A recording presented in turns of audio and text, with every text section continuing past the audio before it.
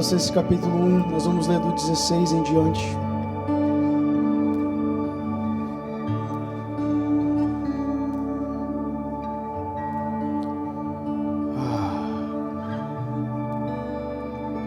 Pois nele foram criadas todas as coisas,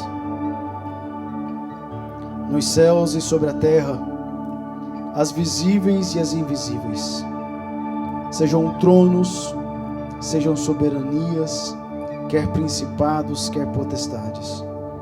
Tudo foi criado por meio dele e para ele. Ele é antes de todas as coisas, nele tudo subsiste. Ele é a cabeça do corpo, que é a igreja. Ele é o princípio, o primogênito dentre os mortos, para ter a primazia em todas as coisas. Porque Deus achou por bem que nele residisse toda a plenitude, e que, havendo feito paz pelo sangue da sua cruz, por meio dele reconciliasse consigo mesmo todas as coisas, quer sobre a terra, quer nos céus. E vocês que no passado eram estranhos e inimigos no entendimento pelas obras más que praticavam, agora, porém, ele os reconciliou no corpo da sua carne, mediante a morte, para apresentá-los diante dele santos, inculpáveis e irrepreensíveis. Se é que vocês permanecem na fé, alicerçados firmes, não se deixando afastar da esperança do evangelho que vocês ouviram e que foi pregado a toda criatura debaixo do céu, do qual eu, Paulo, me tornei ministro.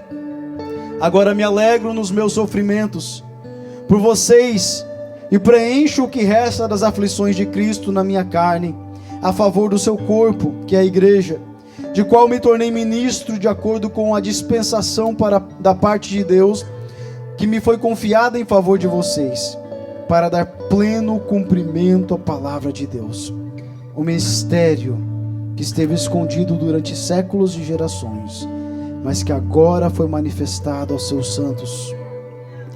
A este Deus quis dar a conhecer a riqueza da glória deste mistério entre os gentios, que é Cristo em vocês, a esperança da glória. Glória a Deus. Você pode se assentar glorificando o nome dele. Hey, Jesus.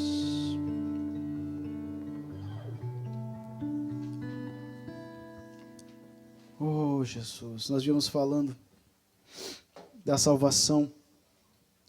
Glória a Deus. Nós viemos falando sobre os básicos, os princípios elementares da nossa fé. E eu já falei sobre alguns tópicos aqui. Eu comecei falando da salvação, continuei para regeneração, justificação, santificação e cheguei até na glorificação. E hoje eu quero falar sobre a centralidade de Cristo em tudo isso. A centralidade de Cristo. Eu quero que você perceba que tudo que eu ensinei nas últimas semanas, tudo que nós falamos, tudo que nós ministramos, está fundamentado sobre a pessoa de Cristo. Está alicerçado sobre a pessoa de Cristo. Sem Cristo não haveria justificação, sem Cristo não haveria regeneração, santificação e muito menos glorificação. Cristo é o centro, é a base, o fundamento, o alicerce de tudo que o Evangelho apresenta. Ele é o centro. Na verdade, ele não é só o centro do Evangelho, mas ele é o centro de toda a criação, como nós acabamos de ler. Ele é o centro do universo. Se você aceitar ele ou não, se você crer nele ou não, se você está afastado dele ou não, se você é batizado ou não, ele é o centro. Ninguém pode roubar a centralidade, a importância de Cristo. Nós precisamos entender isso num nível tão profundo, porque se eu pregar justificação e não ensinar Cristo, a justificação não tem sentido. Se eu pregar regeneração e não ensinar Cristo, a regeneração não faz sentido. Se eu pregar glorificação, estar com Cristo, não faz sentido sem nós entendermos que tudo revolve ao redor dele. É dele, é para ele. Um dos maiores perigos que existem hoje é a pregação de um evangelho centrado no ser humano. É a pregação de uma palavra centrada no homem, que revolve em volta daquilo que eu ganho em servir a Cristo, daquilo que eu posso conquistar através de Cristo. Irmãos, nada na Bíblia me mostra o ser humano como centro. Cristo é o centro da Bíblia, Cristo é o centro da criação. O evangelho verdadeiro e genuíno, ele é plenamente cristocêntrico. O foco não é o ser humano, o foco é Jesus. A fonte não é o ser humano, a fonte é Jesus. O fundamento não somos nós, o fundamento é Jesus. A rocha não é Pedro, a rocha é Jesus. Ele é a pedra de esquina. Você quer saber qual é a grandeza do evangelho? Gente, eu tô brincando, é só para quem sabe aqui. A grandeza do evangelho é a história de um Deus autossuficiente, eterno, pleno, não tinha nenhuma necessidade, não tem nenhuma necessidade. Ele não tem necessidade, não falta nada nele, nem para ele. Ele é pleno. Um dos atributos de Deus é que ele é autossuficiente. Ele por si só é tudo o que ele necessita. Não havia falta nele, mas ele decidiu enviar o seu filho, morrer numa cruz para trazer mais filhos e mais filhas para ele. Eu quero que você entenda isso. Ele não precisava de mim, de você. Como que dizem que o ser humano é o centro do evangelho? Deus não precisa de mim, de você. Ele escolheu a mim e a você. Ele te escolheu, ele te quis. Ele decidiu, ele executou, ele desceu, ele morreu, ele venceu o pecado, ele ressuscitou, ele está sentado à destra do Pai, ele voltará para buscar a igreja, para levar para si uma noiva santa, e ele reinará eternamente. Ele é tudo em todos para sempre. Ele não precisou de nada. Quem Deus é, tudo que ele é, está em si próprio. Gente, isso nos faz entender a grandeza do amor de Deus por nós. A Bíblia fala que Deus prova o seu amor para conosco, em que Cristo nos amou, sendo nós ainda pecadores. Ele nos amou sem precisar nos amar. Deus não precisava de mais adoradores, Ele tinha adoradores no céu. Ele tinha anjos que adoram a Ele, eternamente adorarão a Ele, constantemente adoram a Ele. Ele tem os anciãos que jogam as suas coroas e louvam o nome dEle. Ele tem as 4 criaturas, Ele tem tudo que Ele precisa. Ele não precisava de mais adoradores. Uma vez pregaram, e isso pegou uma moda que Deus nos criou porque Ele precisava. Não. Ele tem toda a adoração suficiente no céu. Ele é autossuficiente. Na verdade, se tirar os anjos, tirar as criaturas, tirar os anciãos, Ele continua sendo autossuficiente. Ele é Deus. Ele é Deus. Olha o que fala João capítulo 1. No princípio era o Verbo, e o Verbo estava com Deus, e o Verbo era Deus. Ele estava no princípio com Deus. Onde estávamos eu e você? Ele olha para Jó e fala: Jó, onde estava você quando eu estava fundando o mundo? Quando eu estava estendendo o firmamento, onde estava você? No princípio era o Verbo estava com Deus e o Verbo era Deus. Ele estava no princípio com Deus. Todas as coisas foram feitas por Ele, e sem Ele nada do que se fez foi feito. Agora preste atenção, a vida estava nele. Você entende isso? A vida estava nele, a própria vida. Ele é a vida. Jesus falou: o Pai é a fonte da vida. Ele é a vida. Ele não precisa. A vida estava nele. Ninguém deu vida a ele. Ele é a própria vida. Quando nós centralizamos o evangelho na humanidade, nós estamos falando que Jesus precisa de alguma coisa, como se Ele precisasse que nós dessemos vida a Ele. Escute, Ele é a própria vida, a fonte de vida. Ele é e sempre será. 1 João capítulo 5, hoje eu vou ler bastante, gente. Diz assim: e o testemunho é este, que Deus nos deu a vida eterna e a vida está no seu Filho. Quem tem o Filho tem a vida, quem não tem o Filho não tem vida. Ele é a vida. Irmãos, aqui uma verdade, nós não podemos fazer nada sem Ele. Mas pastor, porque eu sou crente, então... Não. Nenhum ser humano na face da terra faz nada sem Deus. Porque no momento que Deus diz assim, acabou o seu tempo nessa terra, é um sopro que Ele tira e já se foi. Ei, ninguém faz nada, nada acontece neste universo sem a permissão do nosso Deus. Ele é soberano, sempre será soberano, Ele sempre será Deus. É por isso que Colossenses, que eu li aqui, fala assim: nele foram criadas todas as coisas, nos céus e sobre a terra, as visíveis e as invisíveis, sejam tronos, sejam soberanias, quer principados, quer potestades. Tudo foi criado por meio dele e para ele. Nele tudo subsiste. Por que você anda ansioso? Tudo subsiste no seu Deus. Por que você anda tão preocupado? Tudo subsiste no seu Deus. Nada foge do controle dele. A sua vida está nas mãos dele. Ele é quem cuida de você. Ele está cuidando de você, é Ele quem está guiando os teus passos, nada foge do controle dEle. E aí lá no versículo 19 diz assim: porque Deus achou por bem que nele residisse toda a plenitude. Toda a plenitude. Não é metade, não é, ele é pleno, Ele é autossuficiente. É por isso que nós cantamos hoje: eu só quero a Ti. Eu só quero a Ti.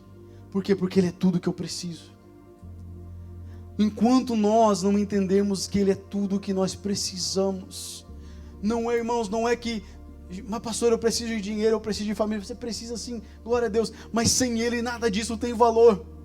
Sem Ele nada disso faz sentido. Ele é o que nós precisamos e todo o resto vai ser acrescentado por causa dEle.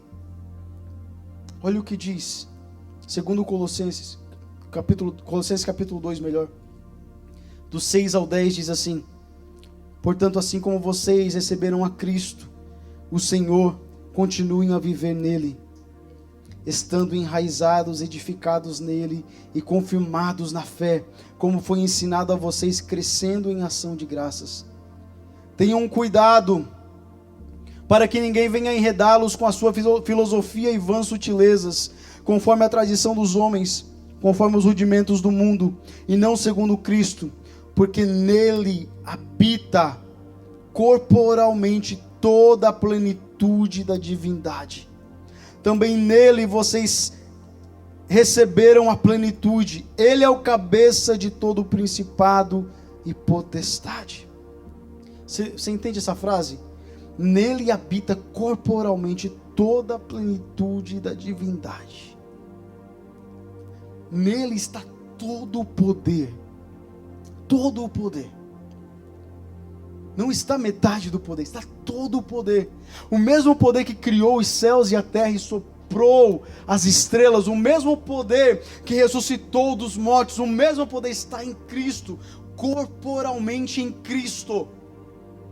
Está nele, na pessoa de Cristo. Quando nós pensamos em Cristo lá no céu, Ele está à direita de Deus, corporalmente num corpo glorificado. Nele está toda a plenitude de Deus. Não falta nada de Deus nele. Tudo. Ele é o único que nós devemos adorar, o único que nós devemos nos render. Ele é tudo em todos e para todos. Porque nele habita corporalmente toda a plenitude da divindade. Paulo em 1 Coríntios diz assim: mas vocês são dele, em Cristo Jesus, o qual se tornou para nós da parte de Deus sabedoria, justiça, santificação e redenção, para que, como está escrito, aquele que se glorie, glorie-se no Senhor.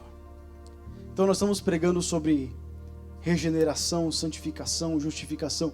Nada disso tem sentido se você não levar Jesus para casa com você.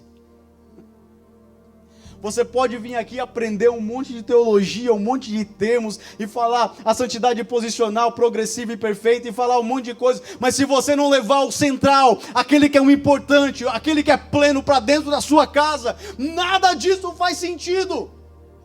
Nada disso tem nenhuma razão. Ele é o centro, Ele é o principal, é Ele, é Jesus. Não é a igreja, não é o pastor, não são os ministros, é Jesus. Leve Ele com você, coloque Ele no centro da sua casa. Diga: Jesus, de hoje em diante é o Senhor e ninguém mais. Eu só quero a Ti, as minhas decisões são Tuas, a minha vida é Tua.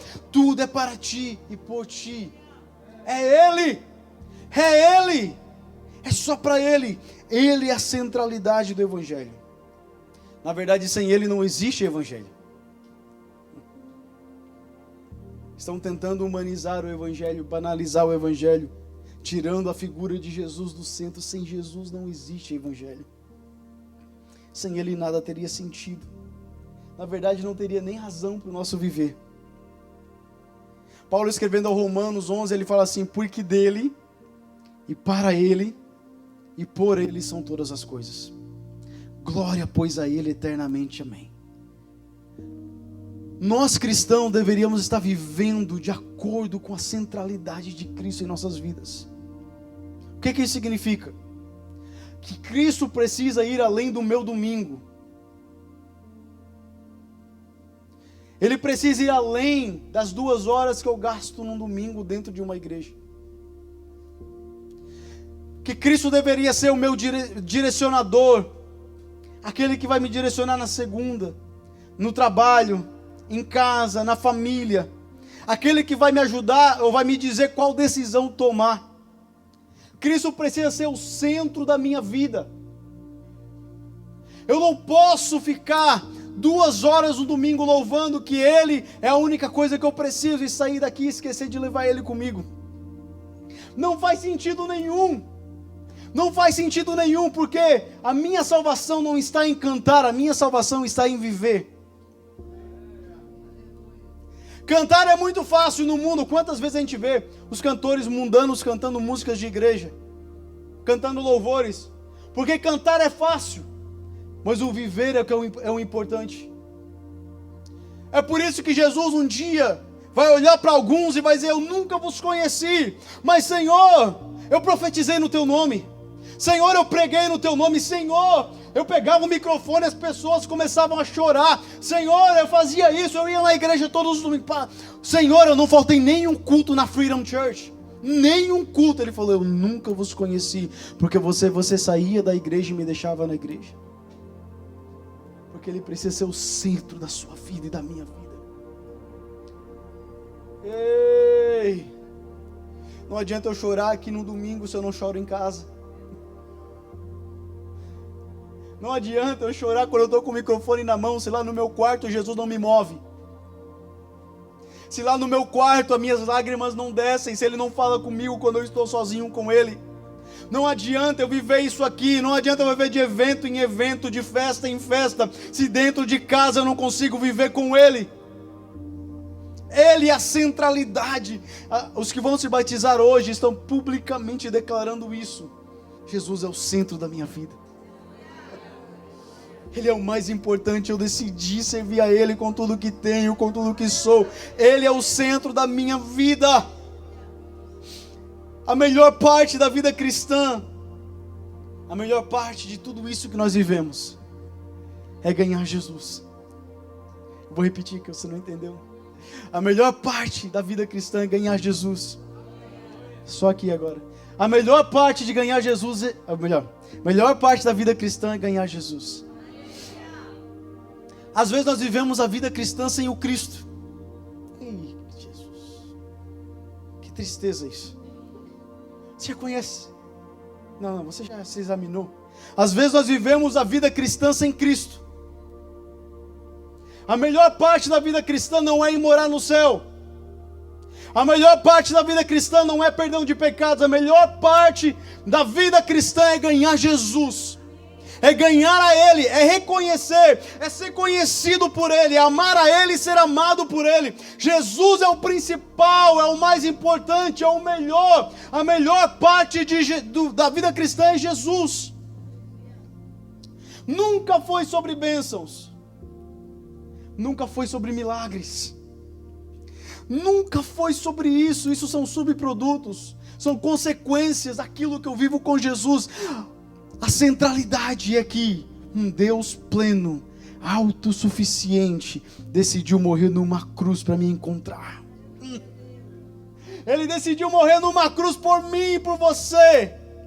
Ah, pastor, mas os milagres são bons, são, aleluia, glória a Deus, é maravilhoso, mas eu prefiro Jesus sem milagres do que milagres sem Jesus. Tem muita gente se contentando com milagre e com bênção, esquecendo de Jesus. Eu prefiro Jesus sem milagre e sem bênção. Por quê? Porque Ele é tudo. Ele é tudo para mim. Ele é o princípio, Ele é o meio, Ele é o fim, Ele é o foco, Ele é a meta, Ele é o alvo, Ele é tudo. Ele é tudo. Ele é o melhor presente que nós poderíamos ganhar, a maior bênção que nós poderíamos obter. O nosso erro muitas vezes é aceitar Jesus e acrescentar Ele como um amuleto em nossas vidas. Vou falar algo forte aqui, eu tinha até deletado dali, mas eu preciso falar. Às vezes nós tratamos Jesus como uma prostituta.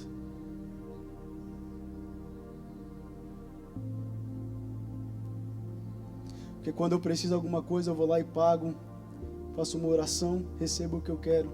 Prostituímos Jesus.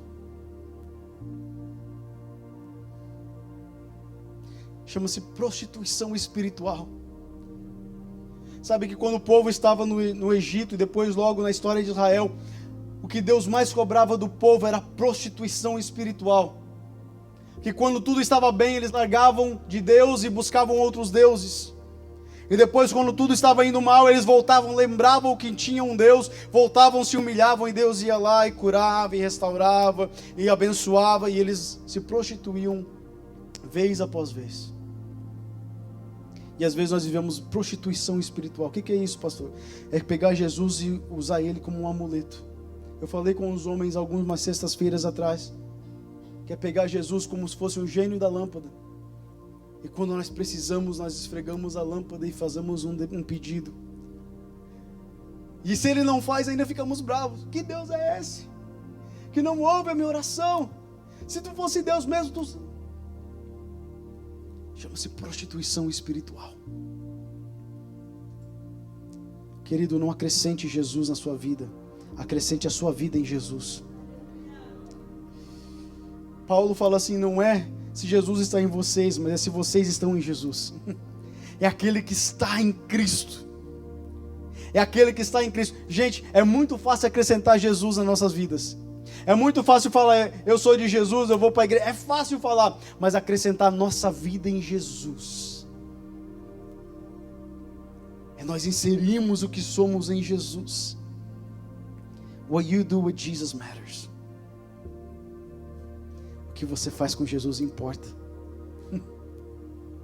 What you do with Jesus matters. Você pode ouvir a mesma mensagem, você pode ouvir a mesma pregação, cantar os mesmos louvores, e duas pessoas podem fazer duas coisas diferentes com Jesus. Um pode levar Jesus para casa, entronizar Ele no seu coração e dentro do seu lar. O outro pode deixar Jesus na igreja e voltar domingo que vem para ver se encontra novamente. What you do with Jesus matters. It matters.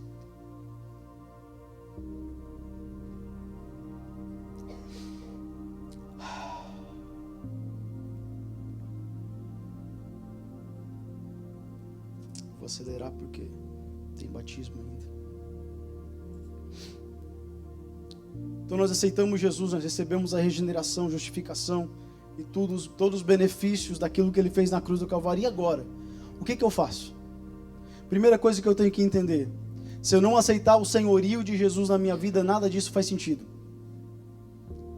Nós queremos Jesus como Salvador das nossas vidas, e isso é maravilhoso, Ele nos salva, mas o senhorio é que nos dá acesso a tudo que Ele conquistou na cruz do Calvário. E como que eu aceito o senhorio de Jesus na minha vida? Primeiro, entender que essa palavra Senhor é a mesma palavra usada para donos de escravos. Pastor, como assim? É a mesma palavra que a Bíblia usa quando estava falando de alguém que tinha escravos. Então, em outras palavras, eu tenho que entender que eu me tornei escravo de Cristo. Escravo não tem vontade própria. Escravo não tem decisões próprias. Escravo faz tudo que o seu Senhor manda ele fazer. Diga amém. Glória a Deus que você entendeu isso. Primeiro passo é entender que eu perdi as minhas vontades. Eu ouvi alguém dizer que nós perdemos o livre-arbítrio quando aceitamos Jesus. E num sentido eu entendi o que ele estava falando, que é porque quando nós aceitamos Jesus, o nosso livre-arbítrio é submetido à vontade dele. É submetido ao senhorio dele. Ele se torna Senhor das nossas vidas. Eu abri mão das minhas vontades, eu abri mão do meu querer para servir o meu Jesus, para servir a Ele. Então, primeira coisa, eu preciso estar debaixo do senhorio de Cristo. E o que é que isso significa, pastor? Mateus 28. Ide por todo mundo, pregar o evangelho a toda criatura, batizando-os em nome do Pai, do Filho e do Espírito Santo, fazendo discípulos. Pastor, então eu preciso parar de viver para cumprir o mandamento do Senhor, o ide do Senhor? Não é isso que ele estava dizendo. Mas entenda uma coisa, esse texto é melhor traduzido assim: enquanto vocês vão, preguem o evangelho a toda criatura. Enquanto você trabalha, pregue o evangelho a toda criatura. Enquanto você está lá limpando casa, você prega o evangelho a toda criatura. Enquanto você está construindo, está arrumando um carro, prega o evangelho a toda criatura. Você se tornou escravo do mestre. E o mestre falou: pregue o evangelho a toda criatura. Então nós precisamos entender que eu não tenho mais vida. A minha vida está em Cristo. Ele é tudo para mim. O meu trabalho glorifica quem? A Ele. Gente, isso vai nos fazer trabalhar tão felizes. Você está triste quando você vai para o seu trabalho, reclamando? É porque você não entendeu por que você trabalha. Porque se você trabalhasse para a glória dele, todo o trabalho se torna um trabalho feliz. E fala Deus, Jesus, fala Deus. Porque às vezes nós não entendemos. O meu trabalho é para a glória dele. Paulo escrevendo, ele falou assim: olha, aqueles que são empregados, façam melhor do que vocês faziam antes. Por quê? Porque vocês não fazem para o Senhor, fazem para Deus. Vocês não estão fazendo para o patrão, estão fazendo para Deus. Então o meu trabalho glorifica a Deus. O meu dinheiro, as minhas finanças glorificam a Deus. A minha família glorifica a Deus. As minhas amizades glorificam a Deus. Escute, existem amizades na sua vida que precisam ser cortadas, porque não glorificam a Deus. Ele é meu Senhor, eu estou debaixo do senhorio dele. Eu não consigo entender como alguém consegue ter amizades com alguém que difama o nome de Jesus. Ah, mas pastor, ele não... Não, peraí, gente, tem alguma coisa errada. Ele está falando do meu Deus. Ele está falando do meu Jesus. Ele está falando daquele que salvou a minha vida, daquele que eu devo toda a minha devoção. Como que eu vou ter amizade com alguém que difama o meu Jesus? Existem amizades que precisam ser cortadas, afastadas. Mas pastor, eu quero ganhar eles para a gente. Vai orar então. Vai orar, coloca o joelho no chão e vai ganhar eles em oração. Porque você não pode estar habitando num ambiente onde difamam o nome do seu Deus. Aleluia! As minhas amizades glorificam o meu Jesus. As minhas decisões glorificam o meu Jesus. Jesus conta uma parábola de um homem, Mateus 13, se eu não me engano, que achou um tesouro num campo. E quando ele descobriu aquele tesouro, ele foi, escondeu o tesouro. E a Bíblia fala que ele foi transbordante de alegria vender tudo o que ele tinha para comprar aquele campo. Ele achou um tesouro tão valioso, tão grande, tão maravilhoso, que ele escondeu primeiro. Por que ele escondeu? Não era pela ganância, irmãos. Ele escondeu com medo de quando ele voltar, o tesouro não estivesse mais ali. Ele escondeu o tesouro para guardar o tesouro. Ele guardou. Ele foi e vendeu tudo que tinha. Tudo que tinha. E voltou para comprar aquele campo. E eu amo a Bíblia, que a versão NAA fala assim, que transbordante de alegria, ele vendeu tudo que ele tinha. Porque quando você encontra Jesus de verdade, abrir mão das coisas se torna fácil. Irmão, sabe de uma coisa? Hoje eu tô... Para com essa história que é difícil abrir mão das coisas por Jesus. É difícil para quem não entendeu quem Jesus é ainda. É difícil para quem não entendeu o valor que Ele tem. Aí é difícil. Mas quando você entende quem Jesus é, as coisas se tornam fáceis de abrir mão. Por quê? Porque o tesouro que Ele é maior do que aquilo que eu possuo agora. Ei, é muito fácil, eu vendo tudo, eu abro mão de tudo, eu me largo tudo por Jesus, eu abro mão de vício. Ei, porque Ele é maior, Ele é melhor, Ele é mais valioso. Ele é transbordante de alegria, foi e vendeu tudo o que tinha, porque ele entendeu que a vida plena está em Cristo. Quem conhece Jesus encontra o verdadeiro amor, encontra a verdadeira paz, encontra a verdadeira alegria. Olha, eu não estou dizendo que o mundo não tem os seus counterfeits. O que é isso, pastor? O mundo tem as suas falsificações de amor, o mundo tem as suas falsificações de alegria, o mundo tem as suas falsificações de paz. Ele tem. Eu ouvi algo tremendo, eu acho que você deve ter ouvido também. Estava entrevistando um cara que era especialista em descobrir cédulas de $100 falsas. E ele batia o olho, ele sabia que era falsa. E ele batia o olho na outra, ele sabia que era falsa. Batia o olho na outra, ele sabia. E eram inúmeras cédulas falsas e ele conseguia identificar rapidamente. E perguntaram para ele, como que você consegue? São tantas variações de falsificações, como que você sabe como elas são falsas? Ele falou, porque eu passei uma vida toda estudando a verdadeira. Ei, quando você conhece amor verdadeiro, quando você conhece a alegria verdadeira, quando você conhece a paz verdadeira, as falsificações fica fácil de identificar. Você identifica elas facilmente e elas já não te atraem mais. Quando você experimenta Jesus de verdade, nada mais te satisfaz. Preste atenção no que eu estou falando, por favor, não saia daqui sem entender. Não é que as coisas estão te atraindo, é que Jesus ainda não se revelou para você. Você ainda não entendeu quem Ele é. Entenda quem Jesus é e tudo isso vai perder o seu valor. Tudo vai perder o seu valor. Paulo colocou assim, eu quero que você abra comigo, Filipenses 2, olha como Paulo coloca isso, Filipenses capítulo 2, Jesus,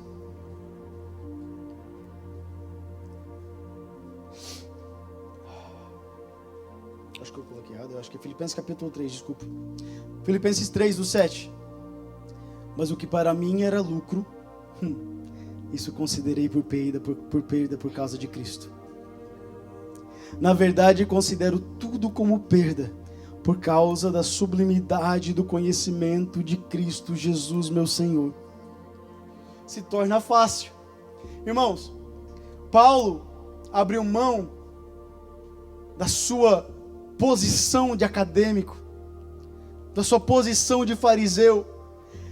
E eu não vejo em nenhum momento na Bíblia Paulo falando, foi muito difícil a minha decisão. Por quê? Porque Paulo não teve um encontro qualquer com Jesus. Paulo teve um encontro verdadeiro que ele viu e ouviu Jesus. A diferença está se você está vendo e ouvindo Jesus. Agora, se você está ouvindo Jesus apenas pelo pastor, talvez fica difícil. Se você está ouvindo Jesus apenas pelas músicas que nós cantamos, talvez fica difícil tomar essa decisão. Mas quando você ouve da boca dele que ele te ama, que ele te quer, que ele te salvou, que ele te comprou, que ele pagou por você, fica fácil abrir mão das coisas, porque ele é maior. Aleluia! Ele é maior. Ele falou assim, por causa dele perdi todas as coisas. Aí ele vai falar, isso foi tão... Não. Eu considero como lixo. Ei, para mim elas são como lixo. Por quê? Porque eu entendi o que é um tesouro verdadeiro. Eu considero como lixo para ganhar a Cristo e ser achado nele, não tendo justiça própria que procede da lei, mas aquela que é mediante a fé em Cristo, a justiça que procede de Deus baseada na fé. O que eu quero é conhecer a Cristo e o poder da sua ressurreição. Aleluia! Você quer conhecer o verdadeiro amor? Conheça Jesus. Pastor, eu quero ser alegre, conheça Jesus. Pastor, eu quero só ter paz na minha vida, conheça Jesus. Ele é tudo, Ele é a plenitude. Irmãos, você quer paz de verdade? Conheça Jesus. Tem gente buscando alegria nos counterfeits, nas falsificações. O problema é que o falso um dia é descoberto que é falso. Um dia o dinheiro vai mostrar para você que ele não consegue preencher o vazio do teu coração. Eu trabalhei para um dos homens mais ricos aqui dessa área. Um dos maiores construtores aqui de Washington DC e dono da Porsche aqui de Bethesda. O homem milionário, se não bilionário, tinha tudo, mas um dia tirou a sua vida. E a esposa dele falou que ele já estava depressivo há um bom tempo. Por quê? Porque o dinheiro não pode preencher o vazio que só Jesus pode preencher no teu coração. Não existe. Então Cristo como centro se torna o Senhor das nossas vidas. Ele precisa ser centralizado em nossas vidas. Nós buscamos tanto as mãos de Jesus, o que Ele pode oferecer, que às vezes esquecemos dos pés e da face dEle.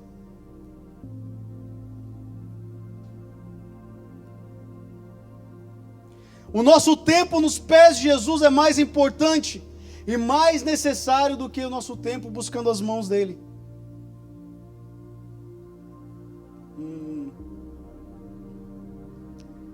O nosso tempo investido nos pés de Cristo nos ensina a adoração verdadeira, que não está condicionada a benefícios próprios ou bênçãos. Você entendeu o que eu falei? O nosso tempo aos pés de Cristo nos ensina uma adoração que não está condicionada a bênçãos ou benefícios próprios. Nos ensina uma adoração por quem Ele é, não por aquilo que Ele nos dá. Vou revelar algo para você, que hoje a maioria da adoração que nós vivemos é uma adoração com barganha. Jesus, eu vou lá, eu vou te adorar, mas o Senhor me dá isso, o Senhor faz isso, o Senhor abre a porta, o Senhor restaura. Jesus, eu vou, mas Senhor, restaura o meu matrimônio. Meus irmãos, Deus não barganha com você, Deus não precisa de nada, Ele não tem nada que você pode oferecer a Ele que Ele já não tenha. Entenda isso, por favor. Nada que você pode oferecer para Cristo que Ele já não tem. Nada. Não existe. Então não barganhe com Ele. Adore por quem Ele é. Adore porque Ele é Deus. Adore porque toda a plenitude está nele. Tudo foi feito por Ele e para Ele. Adore por quem Ele é. Nós temos vivido tempos de evangelho de barganha. Vou adorar para Ele abrir a porta. Pastor, vou fazer uma campanha para Ele abrir a porta. Não é, Isaac? Para Ele me dar um emprego novo. Irmãos, adore por quem Ele é. As bênçãos são subprodutos. As bênçãos são consequências da sua adoração, da sua intimidade com Ele. Mas não inverta os valores. Os pés nos ensinam submissão e nos ensinam rendição. E a submissão é necessária para nós vivermos o senhorio de Cristo. Hoje nós estamos vivendo um evangelho sem submissão. O que é isso, pastor? É o que eu falei, é entender que eu abro mão de tudo para ganhar a Cristo. Submissão e rendição. Submissão e rendição. Qual foi a última vez que nós pregamos sobre submissão e rendição?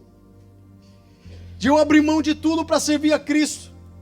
Submissão é necessária para nós vivermos o senhorio de Cristo. Não existe dom sem submissão.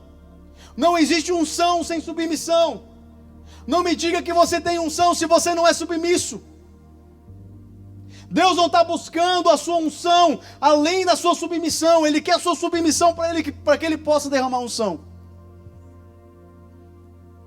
Então, antes das mãos, nós devemos buscar os pés dEle. Antes das mãos, nós deveríamos buscar a face dEle. Porque a face nos faz entender quem Ele é. Agora, é interessante que Moisés tinha as mãos e queria a face. Nós temos a face e queremos as mãos.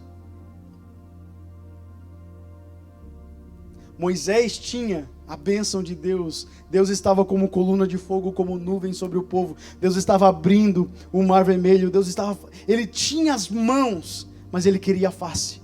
Ele não se conteve, ele não se contentava com as mãos não eram suficientes. Ele falou: Senhor, se o Senhor não for conosco, não nos faça subir daqui. Ele queria ver a face. Lembra que ele pediu e Deus falou: oh, você não pode ver a minha face? Hoje nós temos acesso à face de Cristo e nós queremos as mãos dele.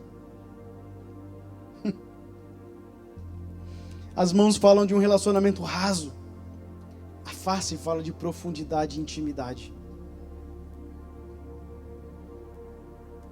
Eu me lembro aquela mulher entrou na casa dos fariseus. Não que eu estava lá, mas eu me lembro lendo sobre isso. Aquela mulher entrou na casa de Simão, o fariseu. Estavam todos sentados à mesa e eu imagino os fariseus indagando e questionando Jesus. Ela entra quietinha. Ela vai por trás de Jesus e ela começa a derramar as suas lágrimas nos pés de Jesus.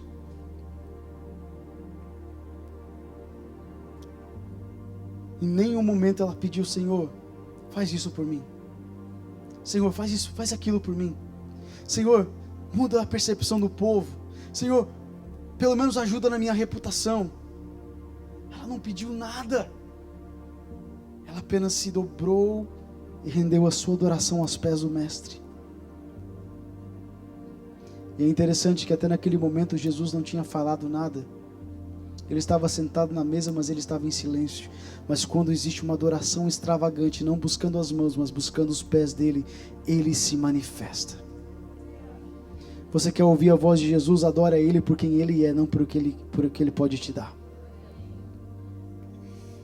Jesus.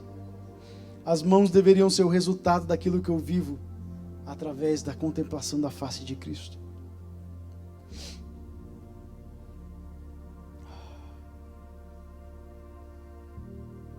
Ele é o suficiente.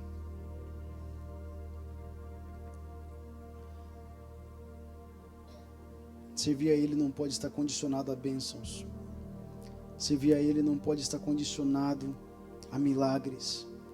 Nós servimos a Ele porque nós estávamos mortos e Ele nos ressuscitou em Cristo. Nós estávamos mortos. Não estávamos morrendo, nós estávamos mortos. Como assim, pastor? Paulo escreveu isso em Romanos, que nós éramos mortos e Ele nos deu vida. Irmãos, Jesus não estava num barco e jogou ali o salva-vida para nós, não. Nós já estávamos lá embaixo do mar, afogados, mortos. Ele mergulhou e nos tirou do fundo do mar e nos deu vida. Ele nos salvou e isso já é suficiente para glorificar a Ele. Fica de pé comigo, por favor. Jesus precisa voltar a ser o centro da nossa vida. Ele precisa voltar a ser o centro da nossa história. Ele precisa voltar a ser o centro da nossa igreja. Ele precisa ser o centro do Evangelho outra vez. Jesus precisa reinar outra vez em nossos corações. Apocalipse 3. Eu venho estudando esse texto faz um bom tempo. Eu quero compartilhar com você aquilo que Deus tem falado comigo. Apocalipse capítulo 3. Lá no versículo 14. João está escrevendo a carta à igreja de Laodiceia. E ele fala assim ao anjo, lá no 14. Ao anjo da igreja em Laodiceia escreva: essas coisas diz o Amém. A testemunha fiel e verdadeira, o princípio de Deus, da criação de Deus. Conheço as obras que você realiza, que você não é nem frio nem quente. Quem dera você fosse frio ou quente. Assim, porque você é morno e não é quente nem frio, estou a ponto de vomitá-lo da minha boca. Você diz: sou rico, estou bem de vida e não preciso de nada. Mas você não sabe que é um infeliz, sim, miserável, pobre, cego e nu. Jesus olha para a igreja de Laodiceia, que era uma igreja que estava nos Estados Unidos, uma igreja rica. Eu acho que ela era de Maryland também. E Não vou me aprofundar mais, você vai chegar aqui. Melhor não. Ele escreve para a igreja de Laodiceia e ele fala: olha, eu vejo as tuas obras. E eu vejo que você não é nem quente nem frio. Melhor que você fosse quente ou frio. E eu sempre me perguntei: Deus, por que o Senhor prefere alguém frio do que alguém morno? Por que o Senhor prefere alguém que seja frio? Porque nós espiritualizamos sempre o texto. E nós falamos: porque espiritualmente é melhor então você já viver a vida do mundo. É melhor então você já se entregar para Satanás de uma vez. Não viva com o pé no mundo e o pé na igreja. Nós espiritualizamos todo o texto. Mas recentemente eu aprendi algo tão fenomenal. Que a igreja, a cidade de Laodiceia, ela não tinha água. Ela é uma cidade sem fontes de água. E a cidade, essa mesma carta, a mesma carta de Colossos foi mandada também para Laodiceia. Porque a igreja dos Colossenses estava mais ou menos a 10 milhas no leste de Laodiceia. E existia outra cidade chamada Hierápolis, no norte de Laodiceia, mais 6 milhas para o norte. A cidade de Hierápolis era conhecida pelas suas fontes termais. Tinha fontes de cura. Naquela cidade existiam ali fontes de águas termais que curavam as enfermidades. E no leste de Laodiceia estava Colossos, que tinha fontes de águas cristalinas. Mas Laodiceia não tinha fonte própria. Então o que Laodiceia fazia? Ela tinha que trazer águas de Colossos. Ela tinha que buscar águas 10 milhas para o seu leste. E eles construíram aquedutos para trazer a água de Colossos até Laodiceia. O único problema é que a água saía de lá fresquinha, gostosa, cristalina. Mas quando no percurso ela perdia todos os seus minerais, e ela começava a se esquentar e ficar morna.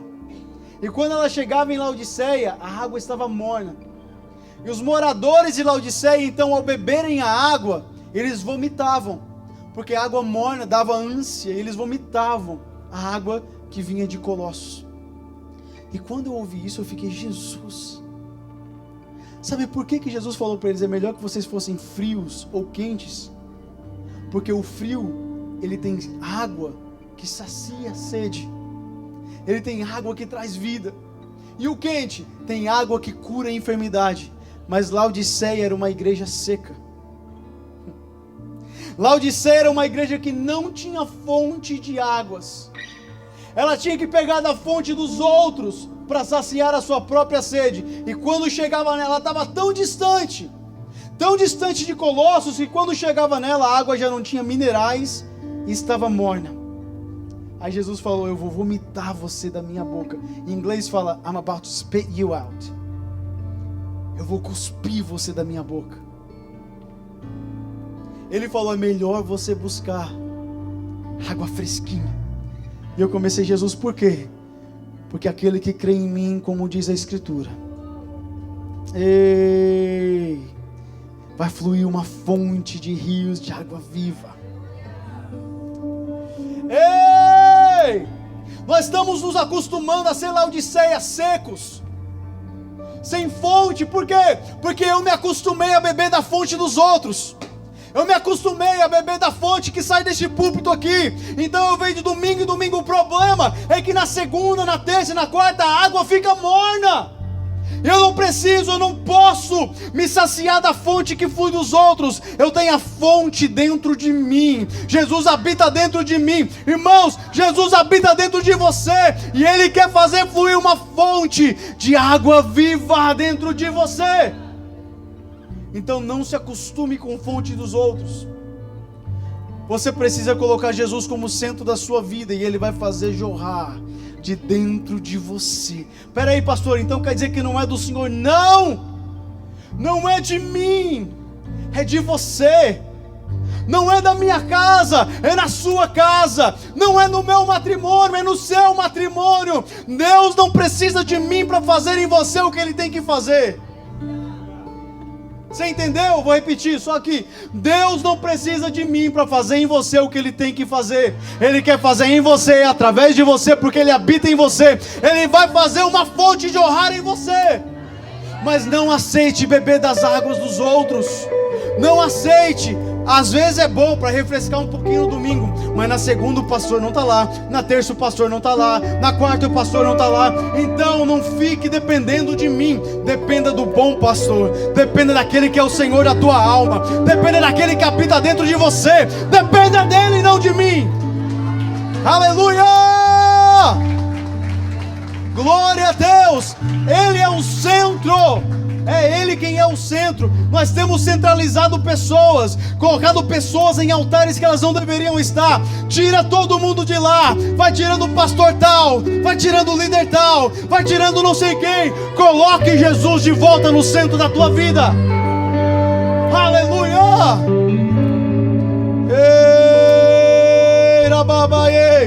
Aleluia. Aí Jesus falou para eles: você está achando que é rico, achando que tem tudo, mas você não sabe que você é um pobre, nu, miserável. Compra de mim ouro refinado pelo fogo.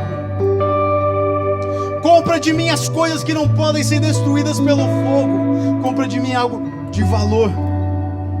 E eu quero ler para você. Eu quero que você marque. Você tem Bíblia aí? Marca isso na sua Bíblia. Abra a sua Bíblia, por favor.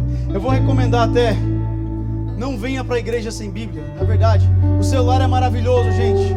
Eu leio no celular, mas ele tem tantas distrações. Você abre a Bíblia e quando se acha já está no Instagram. Você abre a Bíblia e quando você vê, você já está na internet. Então, ande com uma Bíblia que não tem distrações. Essa aqui não tem. Onde você lê está Jesus. Onde você abrir, Jesus está lá. Não existe distrações. Você abre em Gênesis, Ele está. Em Êxodo Ele está. Levíticos Ele está. Números Ele está. Ele vai estar até no Apocalipse. Você abre essa aqui, porque essa aqui não tem distrações. Essa tem vida. Ei, João capítulo 7, versículo 37. Eu quero que você marque isso na sua Bíblia, por favor.